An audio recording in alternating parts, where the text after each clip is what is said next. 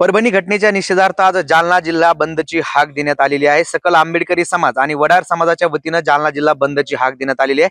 त्या पार्श्वभूमीवर मी सध्या उभा आहे जालना कृषी उत्पन्न बाजार समितीमध्ये। आणि आपण जर पाहिलं तर जालना कृषी उत्पन्न बाजार समिती कडकडीत बंद असल्याचं आपल्याला या ठिकाणी पाहायला मिळतंय।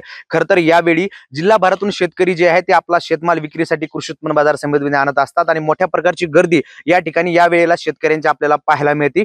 मात्र आज कुठेतरी परभणी घटनेच्या निषेधार्थ सकल आंबेडकरी समाज आणि सकल वडार समाजाच्या वतीनं जालना जिल्हा बंदची हाक देण्यात आलेली आहे। त्याच पार्श्वभूमीवर कृषी उत्पन्न बाजार समिती देखील कडकडीत बंद असल्याचं आपल्याला या ठिकाणी पाहायला मिळतंय।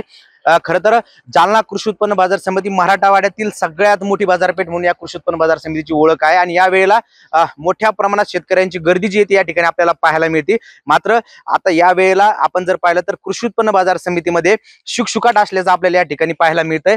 खरं तर परभणी घटनेवरून काल मुख्यमंत्री देवेंद्र फडणवीस यांनी न्यायालयीन चौकशी करू अशा प्रकारची घोषणा केलेली आहे। मात्र त्यानंतर देखील कुठेतरी सोमनाथ सूर्यवंशी यांच्या हत्येप्रकरणी पोलिसांवर मनुष्यवधाचा गुन्हा दाखल करावा या मागणीसाठी राज्यभरात सकल आंबेडकरी समाज आणि सकल वडार समाज जो आहे तो अद्यापही आक्रमक असल्याचं पाहायला मिळतं। आणि त्याच घटनेच्या निषेधार्थ आज जालना जिल्हा बंदची हाक जी आहे ती सकल आंबेडकरी समाज आणि सकल वडार समाजाने दिलेली आहे।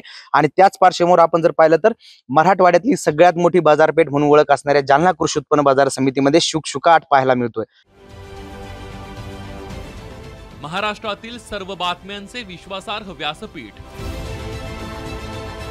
सकाळच्या सर्व सोशल मीडिया प्लॅटफॉर्मला लाईक, फॉलो आणि सबस्क्राईब करा।